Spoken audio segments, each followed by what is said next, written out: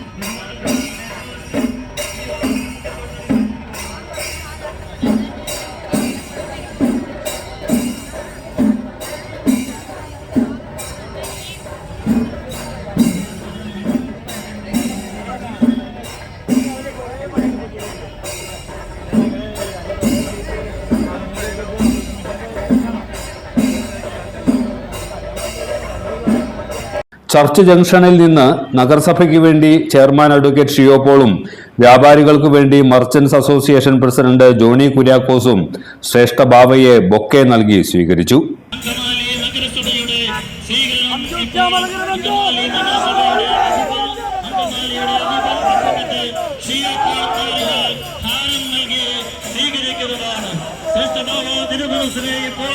അങ്കമാലിയുടെ chairman എത്രയും ബഹുമാനപ്പെട്ട advocate Shiyo Paul അവരുകൾ ഇപ്പോൾ ഹാരമണിയിട്ട് സ്വീകരിച്ചിരിക്കുന്നു. എത്രയും ബഹുമാനപ്പെട്ട അങ്കമാലി മർച്ചന്റ് അസോസിയേഷന്റെ പ്രസിഡന്റ് ജോണി കുര്യാക്കോസ് അവരുകൾ വ്യാപാരി വ്യവസായിക്ക് വേണ്ടിയിട്ട് ഇപ്പോൾ ബൊക്കെ നൽകി സ്വീകരിക്കുന്നു. ഇപ്പോൾ റാലി മുമ്പോട്ട് നീങ്ങുകയാണ്. ഏറ്റവും മുമ്പിലായി വാഹനം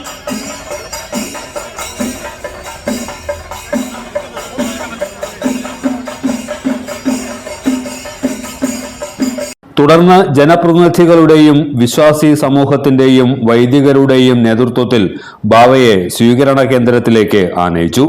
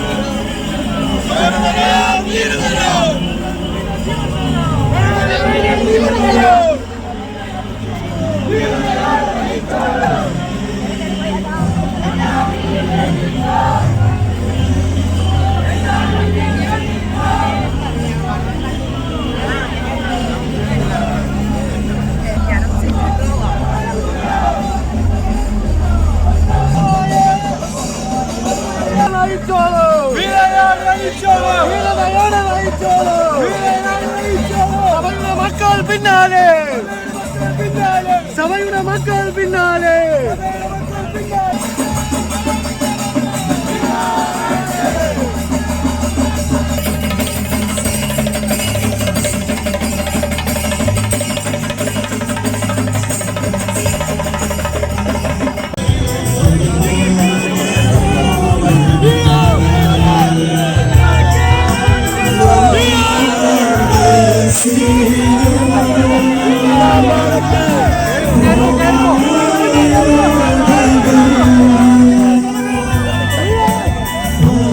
വാദ്യമേളവും താലവും വർണ്ണക്കുടകളും ബലൂണുകളുമെല്ലാം ഘോഷയാത്രയെ ആകർഷകമാക്കി.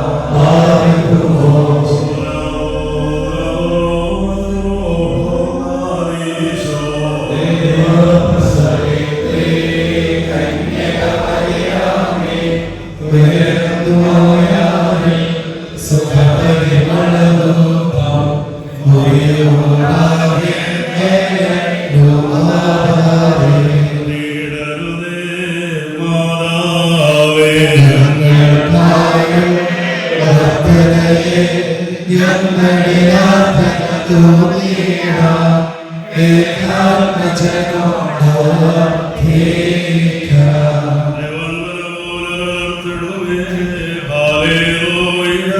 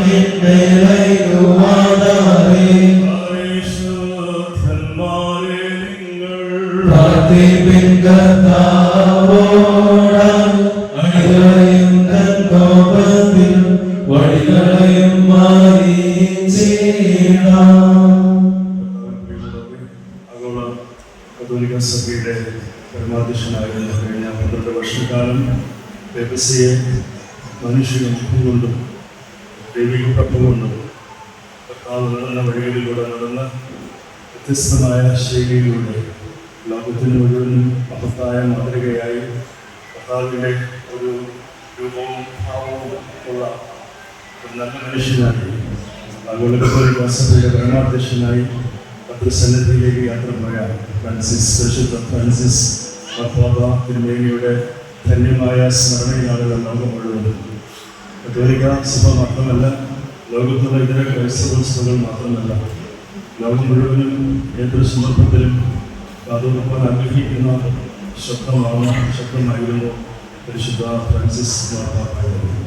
എല്ലാ മാർപ്പാപ്പമാരുടെയും ശബ്ദം ലോകം കേൾക്കുവാൻ ആഗ്രഹിച്ചിരുന്നുവെങ്കിലും വ്യത്യസ്തമായ നിലയിലാണ് ഫ്രാൻസിസ് മാർപ്പാപ്പയുടെ ലോകം കണ്ടിരുന്നത്.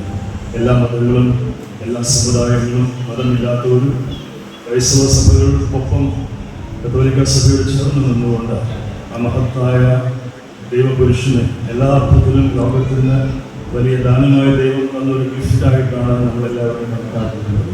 അദ്ദേഹത്തിൻ്റെ വേർപാടിൽ യാക്കോബായ സുറിയാനി ഓർത്തഡോക്സ് സഭയ്ക്കുള്ള അനുശോചനം രേഖപ്പെടുന്നതോടൊപ്പം തന്നെ നാളെയാണ് അദ്ദേഹത്തിൻ്റെ പരിശുദ്ധ പിതാവിൻ്റെ ഖബറടക്ക ശുശ്രൂഷ നടത്തപ്പെടുന്നത്. അകമാന സുറിയാനി ഓർത്തഡോക്സ് സഭയുടെ പരമാധ്യക്ഷൻ പരിശുദ്ധ ഇഗ്നാത്യോസ് പത്രിയർക്കീസ് ബാവായും സംഘവും പരിശുദ്ധ മാർപ്പാപ്പ തിരുമേനിയുടെ സംസ്കാര ചടങ്ങുകളിൽ ഔദ്യോഗികമായി പങ്കെടുക്കുന്നുണ്ട്. ഈ അങ്കമാലി മേഖലയിൽ കേരളത്തിലെ ക്രിസ്തീയ സഭകളിൽ ഏറ്റവും സമുന്നതമായ സ്ഥാനം അലങ്കരിക്കുന്ന കത്തോലിക്ക സഭ അദ്ദേഹത്തിൻ്റെ വേർപാടിൽ ഒത്തിരി വേദനിക്കുകയും പ്രയാസപ്പെടുകയും ഒക്കെ ചെയ്യുമ്പോൾ അവരോടൊപ്പം ചേർന്ന് നിന്നുകൊണ്ട് പരിശുദ്ധ പിതാവിൻ്റെ ആത്മാവിൻ്റെ ശാന്തിക്ക് വേണ്ടി പ്രാർത്ഥിക്കുമ്പോൾ തന്നെ അദ്ദേഹം സ്വർഗത്തിൽ പരിശുദ്ധന്മാരുടെ കൂട്ടത്തിൽ നിന്നുകൊണ്ട് നമുക്ക് വേണ്ടി തുടർന്നും ലോകത്തിൻ്റെ സമാധാനത്തിന് വേണ്ടി യുദ്ധത്തിൻ്റെ കെടുതികളിൽ പ്രയാസപ്പെടുന്ന ആളുകളുടെ ആശ്വാസത്തിനും സ്വസ്ഥതയ്ക്കും അവരുടെ സ്ഥിരീകരണത്തിന് വേണ്ടി തുടർന്ന് പ്രാർത്ഥിക്കുമെന്നും അവശരുടെയും അശരണരുടെയും ആശ്വസിക്കപ്പെട്ടവരുടെയും ഒക്കെ പക്ഷത്ത് നിന്നുകൊണ്ട് കർത്താവിൻ്റെ ശ്രേഷ്ഠമായ ലോകത്തിൻ്റെ ഊർജ്ജം നമ്മിൽ നിന്നും വിടവാങ്ങിയ അല്ലെങ്കിൽ വാങ്ങിപ്പോയ കടന്നുപോയ പരിശുദ്ധ പിതാവ് തുടർന്നും അദ്ദേഹത്തിൻ്റെ പ്രാർത്ഥന ലോകത്തിൻ്റെ സമാധാനത്തിന് വേണ്ടിയും ലോകത്തിൻ്റെ ശാന്തിക്ക് വേണ്ടിയും സമൃദ്ധിക്ക് വേണ്ടിയും വിജയത്തിന് വേണ്ടിയും ഏത് കാലത്തും ഉണ്ടാകുമെന്ന പ്രതീക്ഷയോടും പ്രത്യാശയോടും കൂടി നമുക്ക് പരിശുദ്ധ പിതാവിനെ പ്രാർത്ഥനാപൂർവ്വം സ്മരിക്കാം. ശബ്ദം ആചാര്യന്മാരും മഹിമയന്മാരും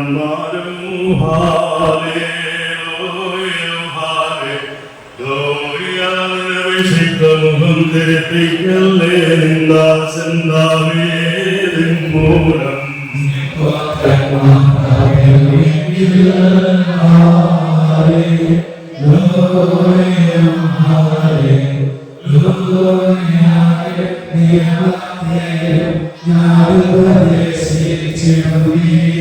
സാക്ഷിയെ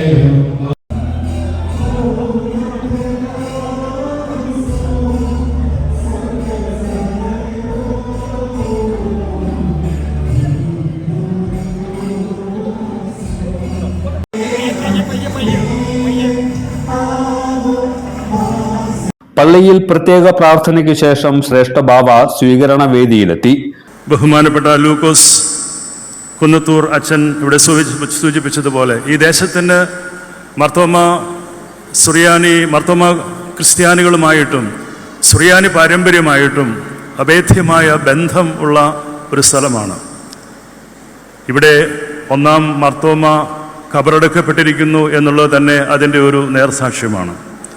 സുറിയാനി സഭയുടെ കാതൽ നിലകൊള്ളുന്ന ഒരു ദേശമെന്നുള്ള നിലയിൽ കത്തോലിക്ക സഭയും സുറിയാനി സഭയും തമ്മിലുള്ളത് അതിശ്രേഷ്ഠമായ ബന്ധത്തിൻ്റെ, സൗഹൃദത്തിൻ്റെ, ഒത്തുചേരലിൻ്റെ, പങ്കുവെക്കലിൻ്റെ വലിയ സാക്ഷ്യമാണ് ഇന്ന് നമുക്ക് ലോകത്തെവിടെയും രണ്ട് സഭകൾക്കിടയിലും നമുക്ക് കാണുവാൻ അതിൽ ഏറ്റവും പ്രാധാന്യമായ പങ്കുവഹിക്കുന്ന ഒരിടമാണ് അങ്കമാലി ഭദ്രാസനവും ഈ മേഖലയും എന്ന് പറയുന്നത്. അതുകൊണ്ട് ഇവിടെയുള്ള കത്തോലിക്ക സഭയിലെ ബഹുമാനപ്പെട്ട അഭിമന്യരായ പിതാക്കന്മാരോടും ബഹുമാന്യരായ വൈദികരോടും ഇവിടെയുള്ള വിശ്വാസി സമൂഹത്തോടൊപ്പം ചേർന്ന് നിന്നുകൊണ്ട് പരിശുദ്ധ ഫ്രാൻസിസ് മാർപ്പാപ്പ തിരുമേനിയുടെ വേർപാടിലുള്ള വിയോഗത്തിലുള്ള വലിയ ദുഃഖവും വേദനയും ഈ സമയത്ത് ഒരിക്കൽ കൂടി പങ്കുവയ്ക്കുന്നതോടൊപ്പം ഇനിയും നാളത്തെ അദ്ദേഹത്തിൻ്റെ സംസ്കാര ശുശ്രൂഷകൾക്ക് ശേഷം കത്തോലിക്ക സഭയെ സംബന്ധിച്ചിടത്തോളം ഏറ്റവും പ്രാധാന്യമർഹിക്കുന്ന ഒന്നാണ് അവരുടെ കോൺക്ലേവ്. അത് ലോകം മുഴുവനും ഉറ്റുനോക്കുന്ന ഒരു ചരിത്ര സംഭവവും കൂടിയാണ്.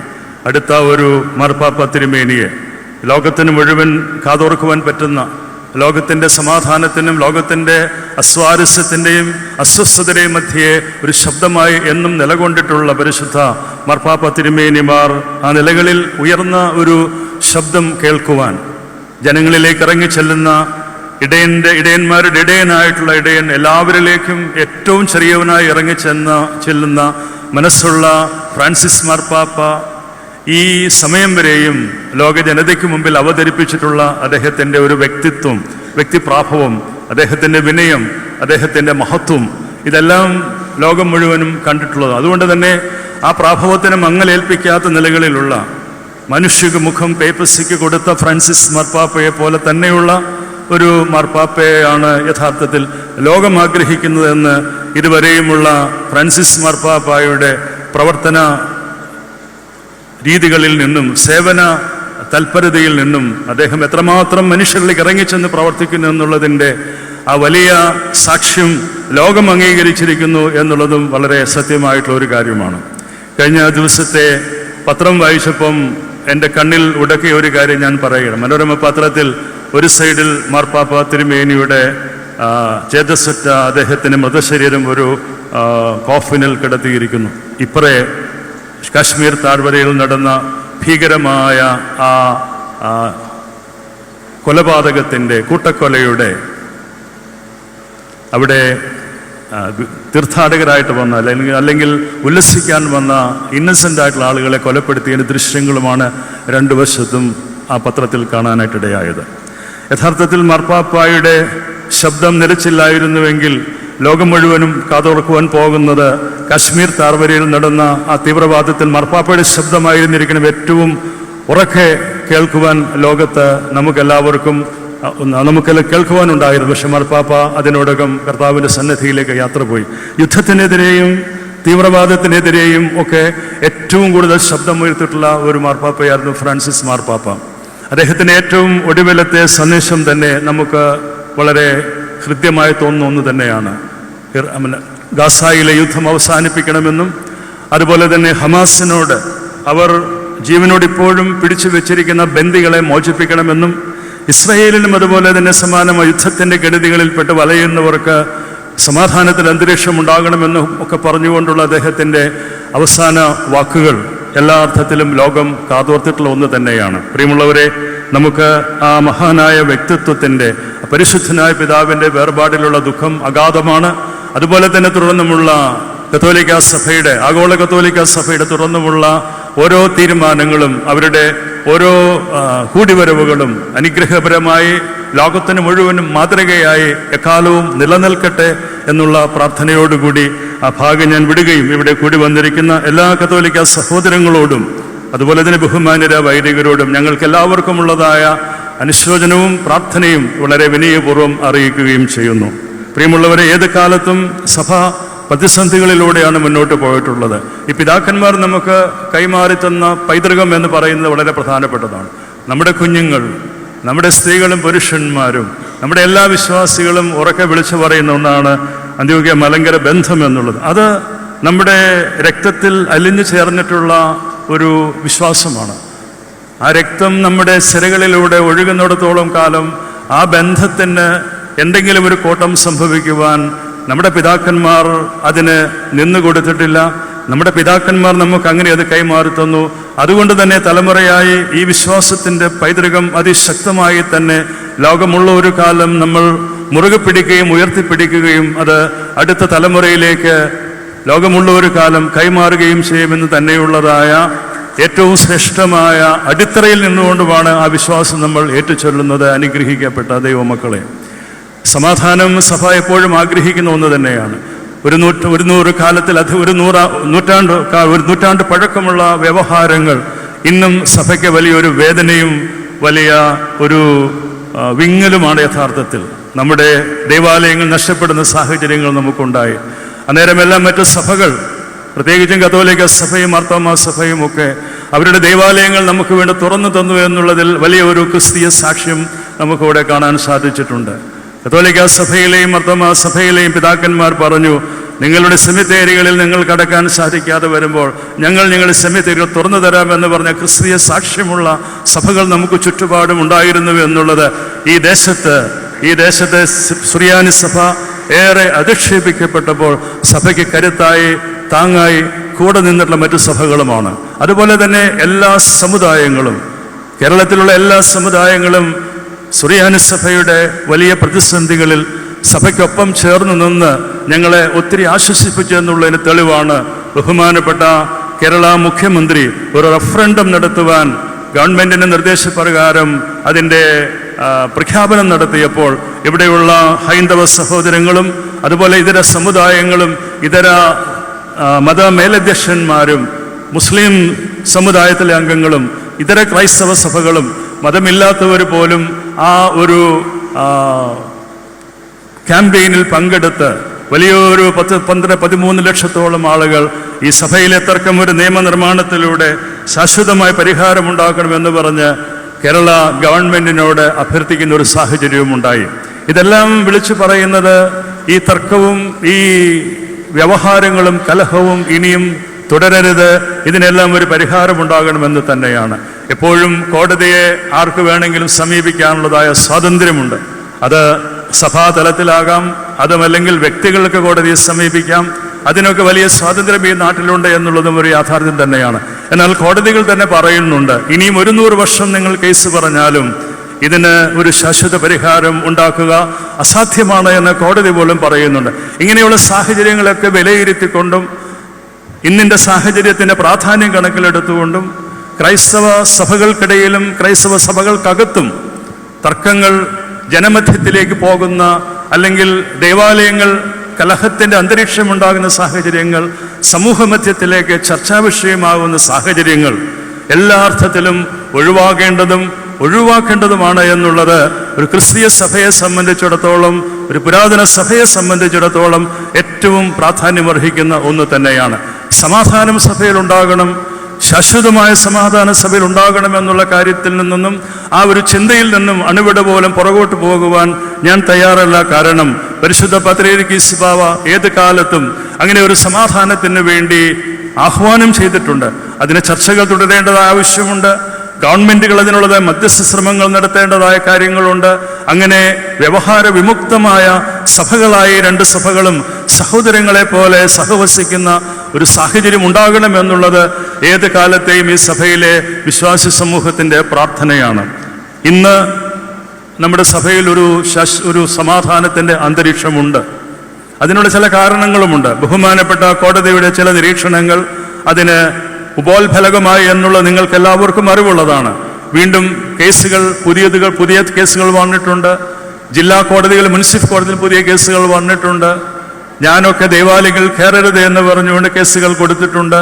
അങ്ങനെ ഒരു വശത്തുകൂടി കുറേ ആളുകൾ കേസുകൾ ഇങ്ങനെ കൊടുത്തുകൊണ്ടിരിക്കുകയാണ്. കേസുകൾ കൊടുക്കുമ്പോൾ കേസുകളെ പിന്നാലെ പോകാതെ നമുക്ക് നിവൃത്തിയില്ല.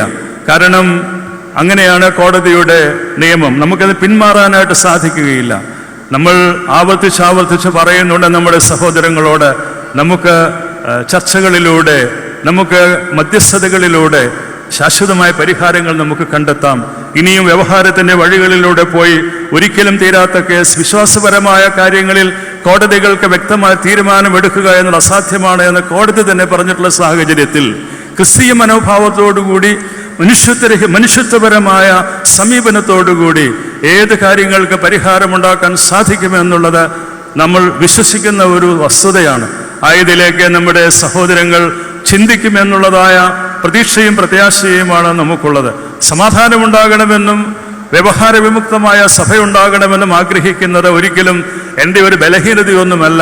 പക്ഷേ ഇന്നിൻ്റെ കാലഘട്ടം ആഗ്രഹിക്കുന്നതും ആവശ്യപ്പെടുന്നതും പ്രാർത്ഥിക്കുന്നതും ഇച്ഛിക്കുന്നതും അത് തന്നെയാണ് എന്നുള്ള ഉത്തമ ബോധ്യത്തിൽ നിന്നുമാണ് ഞാൻ ഇങ്ങനെയൊക്കെ പറയുന്നത്. മുൻകാലങ്ങളിൽ പിതാക്കന്മാർ ഒത്തിരി ത്യാഗമനുഷ്ഠിച്ചു.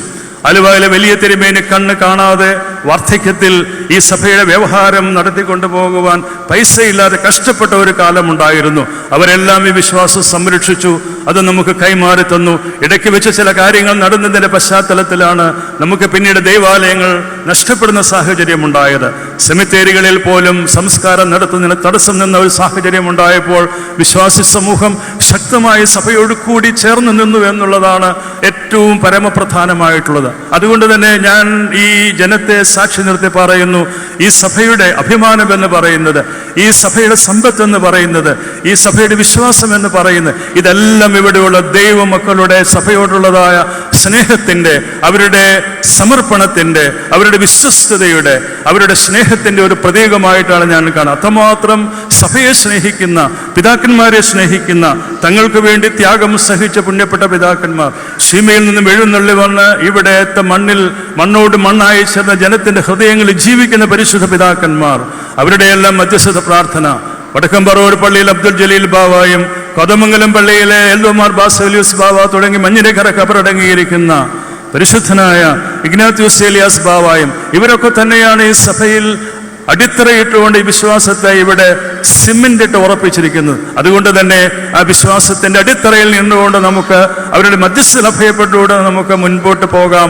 നമ്മുടെ സഭ ദൈവം നിലനിർത്തുന്ന സഭയാണെന്നുള്ളതായ ബോധ്യത്തോടുകൂടി എല്ലാവരുടെയും ധാർമ്മികമായിട്ടുള്ള അവരുടെ സപ്പോർട്ട്, നമുക്ക് പ്രോത്സാഹനം നമുക്ക് തരുന്നുണ്ട്. ഈ ഒരു പശ്ചാത്തലത്തിൽ നമുക്ക് സൗഹൃദപരവും സമാധാനപരവും അന്തരീക്ഷത്തിലൂടെ ഈ സഭാ നൗകയെ മുൻപോട്ട് കൊണ്ടുപോകുവാൻ അഭിമന്യരായ പിതാക്കന്മാരുടെ സഹകരണത്തോടുകൂടി എപ്പോഴും ജനങ്ങളുടെ മധ്യേ മെത്രാപ്പോലിത്തന്മാരുടെ പ്രതിനിധികളായി പ്രവർത്തിക്കുന്ന അനുഗ്രഹീതരായ പുരോഹിതരുടെ ആത്മീയ നേതൃത്വത്തിന് കീഴിൽ ഈ ദൈവത്തിന്റെ ജനത്തിന്റെ ഇടവകകൾ തോറും അവരായിരിക്കുന്ന ഇടങ്ങളിൽ ആ സമൂഹത്തിൽ തങ്ങളുടെ സാക്ഷ്യം നിർവഹിച്ചുകൊണ്ട് സഭ ഒരു സമൂഹത്തിൽ എങ്ങനെയൊക്കെ ആയിരിക്കണമെന്നുള്ളതിൻ്റെ നല്ല പ്രതീക്ഷയായി, നല്ല മാതൃകയായി പ്രവർത്തിക്കുവാൻ നിങ്ങൾക്ക് ഏവർക്കും കഴിയട്ടെ എന്നുള്ളതായ പ്രാർത്ഥനയാണ്. നല്ല ഇടയൻ ആടുകളെ പേർ ചൊല്ലി വിളിക്കുന്നു, നല്ല ഇടയൻ ആളുകൾക്ക് ഇവിടുത്തെ ജീവനെ മറുവിലയായി കൊടുക്കുന്നു. ഇതാണല്ലോ ക്രിസ്തു നമുക്ക് പറഞ്ഞു തന്നിട്ടുള്ളത്. പ്രിയമുള്ളവരെ, ഇടയത്തെ ശുശ്രൂഷയിൽ 30 വർഷം പിന്നിടുമ്പോൾ ഒരു നിഴലായി ശ്രേഷ്ഠ ബാബ തിരുമയുടെ ഒപ്പം ഞാൻ ഈ സഭയുടെ ശുശ്രൂഷയിൽ ഉണ്ടായിരുന്നു. അന്ന് അതിലൂടെ എനിക്ക് ലഭിച്ചിട്ടുള്ളത് അനുഭവജ്ഞാനമാണ്. ഇന്ന് ഈ സഭയുടെ പ്രധാന ചുമതലയിൽ പരിശുദ്ധ പത്രീനിക്കീസ് ബാവയുടെ ആത്മീയ മേലധ്യക്ഷതയിൻ കീഴിൽ ഈ ശുശ്രൂഷ നിർവഹിക്കുവാൻ എനിക്ക് കരുത്ത് നൽകുന്നത്.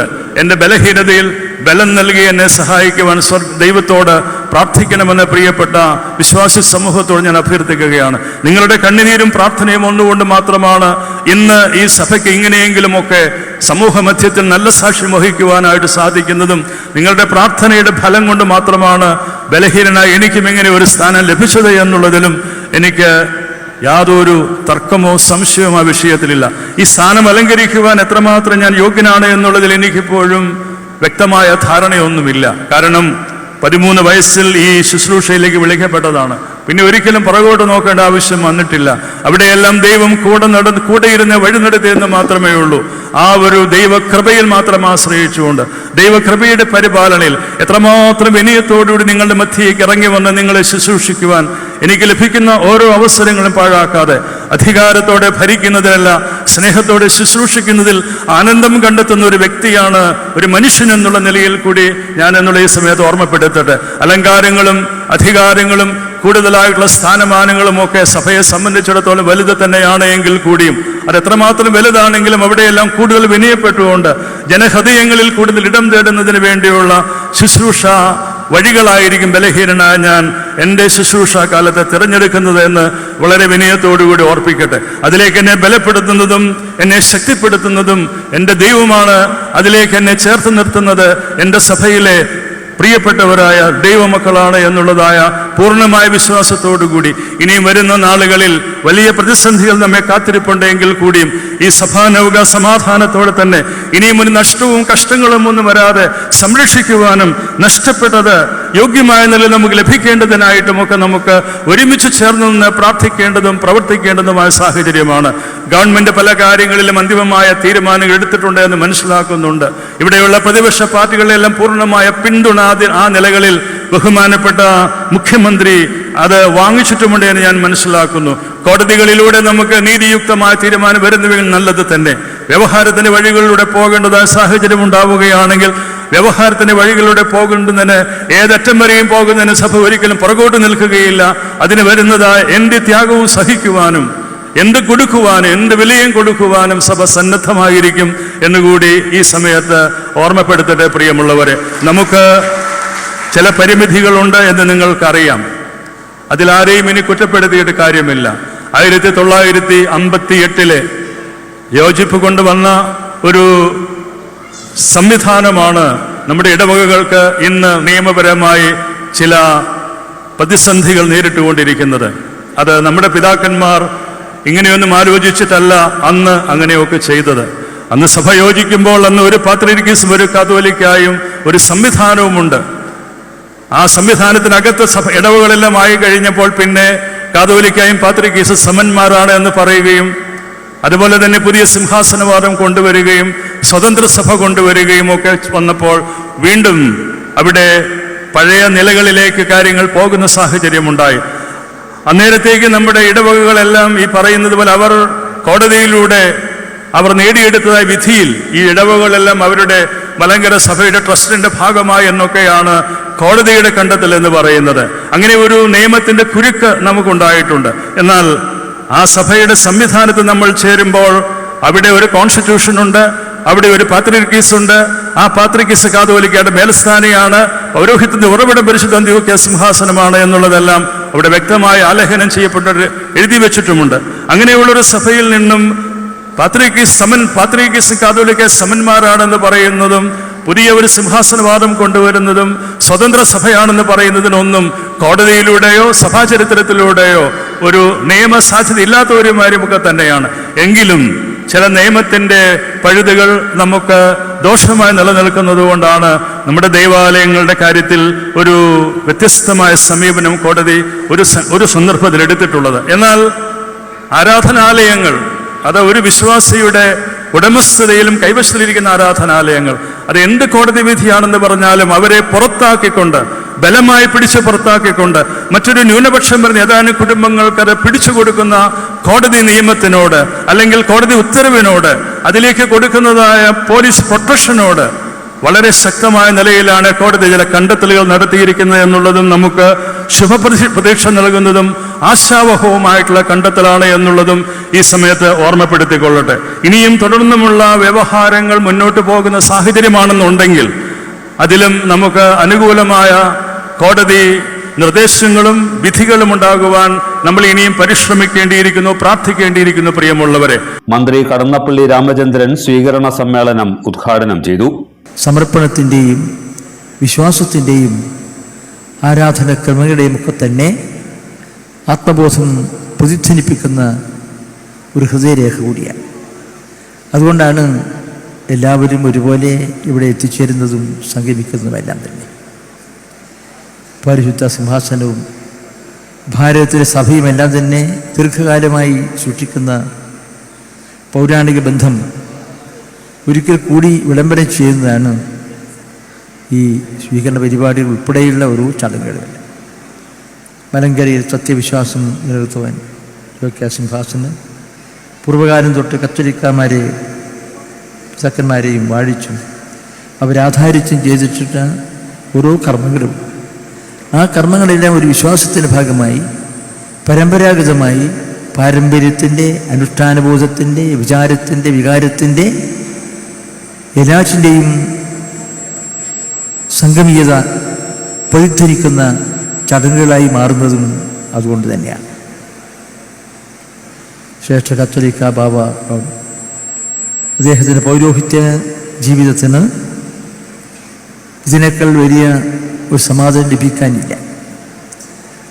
ശ്രേഷ്ഠമായ പൗരോഹിത്യ ജീവിതത്തിൻ്റെ ഓരോ പദവിന്യാസങ്ങളിലും അദ്ദേഹം അനുഷ്ഠിച്ചിട്ടുള്ള വിശ്വാസങ്കര സമർപ്പണബോധം, ആ വിശ്വാസികളുടെ എല്ലാം പങ്കുവെക്കുന്ന ദുഃഖവും വേദനയും സന്തോഷവും എല്ലാം പങ്കുവെക്കുന്ന ആത്മബന്ധത്തിലൂടെ ആത്മവിശ്വാസത്തിലൂടെ ആരാധനാപരമായ വിശ്വാസപരമായ എല്ലാറ്റിൻ്റെയും അനിർവചനീയമായ കരുത്തും ശക്തിയും ഉദ്ഗാനം ചെയ്തുകൊണ്ട് നടത്തിയിട്ടുള്ള അദ്ദേഹത്തിൻ്റെ പൗരോഹിത്യ ജീവിതത്തിൻ്റെ ഓരോ പദവിന്യാസങ്ങളും സമൂഹത്തിന് മാത്രമല്ല എല്ലാ വിഭാഗം ജനങ്ങൾക്കും ഒരുപോലെ ശ്രേഷ്ഠതരമായിരുന്നു എന്ന് ഞാൻ ഈ സന്ദർഭത്തിൽ വിനീതമായി വിശ്വസിക്കുക.